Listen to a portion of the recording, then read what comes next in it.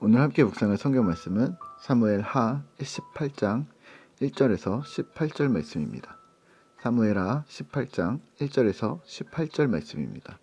오늘은 5절 말씀을 읽겠습니다. 왕이 요압과 아비새와 이때에게 명령하여 이르되 나를 위하여 젊은 압살롬을 너그러이 대우하라 하니 왕이 압살롬을 위하여 모든 군 지휘관에게 명령할 때에 백성들이 다 들으니라. 아멘. 오늘 함께 생각할 주제는 양가 감정입니다.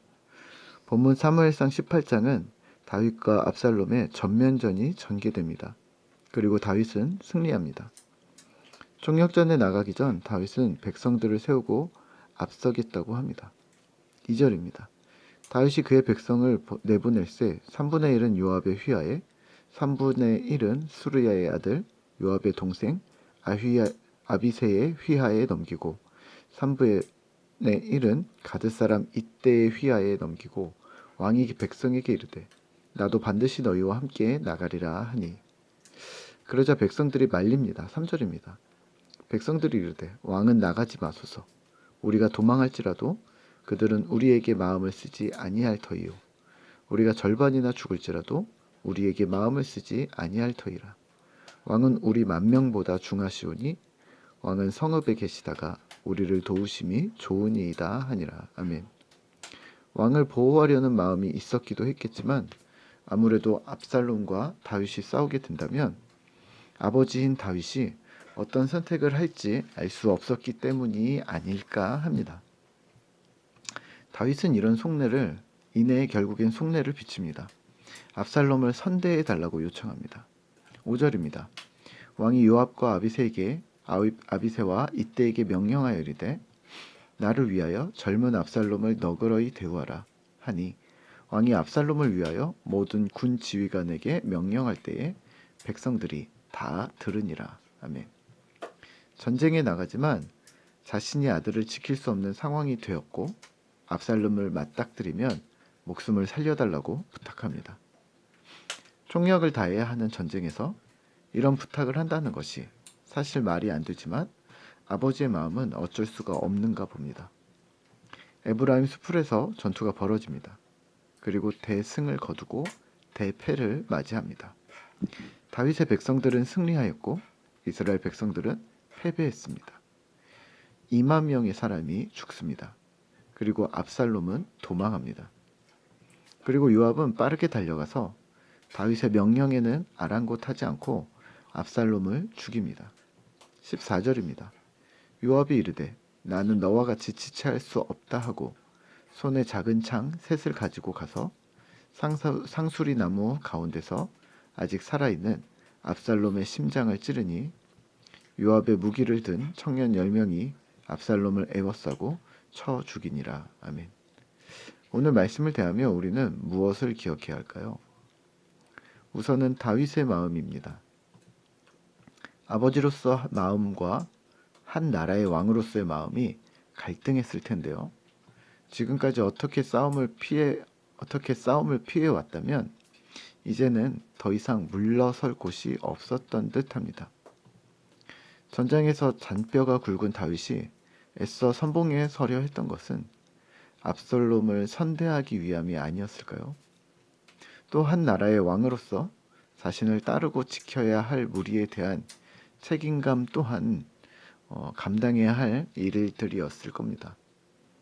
여기서 우리는 무엇이 맞다 틀리다를 논할 수 없을 듯합니다. 남의 일이니 우리가 쉽게 말할 수 있는 거죠. 내가 바로 그 당사자라면 쉬운 일은 아닙니다.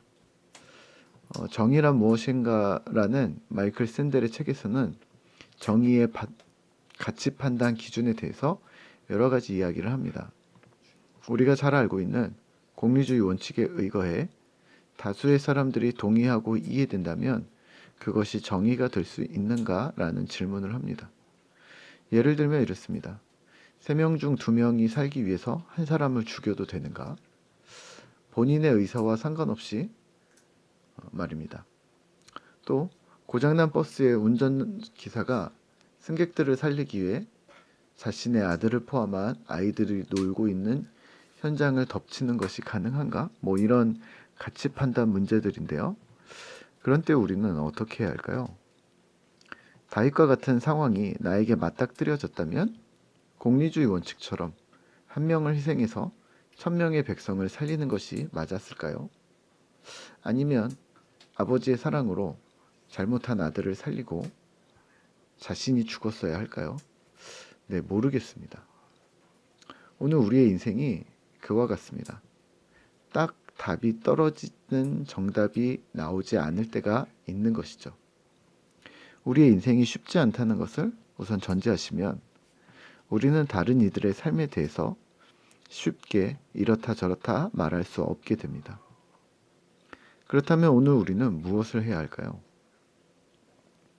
내 인생이 또는 우리 가족의 일생이 내 지식이나 내 가치 판단대로 진행되지 않음을 인정하시고 우리 인생의 주권을 하나님께 넘겨보시면 어떨까요? 사실 내 인생뿐 아니라 타인의 삶에 대해서도 여러 가지 인간적인 조언들을 할 수는 있겠지만 그 역시 인도하시고 이끄시는 분은 하나님이심을 기억하시면 어떨까요? 여전히 하나님은 온 세상의 주인이시며 우리 인생의 주인이시기 때문입니다. 오늘 하루도 주님께 우리의 복잡한 인생의 주도권을 드려보시죠. 주께서 인도하시기를, 주께서 도우시기를, 주께서 담당해 주시기를 기도하며 주를 신뢰하는 신실한 신자 되시기를 기도합니다. 함께 기도하겠습니다. 하나님, 우리는 모든 상황들마다 가장 좋은 해법들을 찾아내지 못할 상황들이 참 많습니다. 우리의 인생이 참으로 어렵기 때문입니다. 하나님께 우리의 주권을 드리기를 원합니다. 왜냐하면 우리는 하나님만큼 지혜롭지 않기 때문입니다. 하나님, 우리의 인생을 주님 돌아보아 주시고 복잡하고 어려운 우리의 인생의 주권을 주님께 드리오니 주께서 오늘도 우리의 삶을 또 우리의 인생을 주께서 인도하여 주시옵소서. 주님을 신뢰하겠습니다. 주께서 도와주시기를 소망합니다. 주께서 오늘도 우리와 함께 하심을 믿으며 예수님의 이름으로 기도드립니다. 아멘.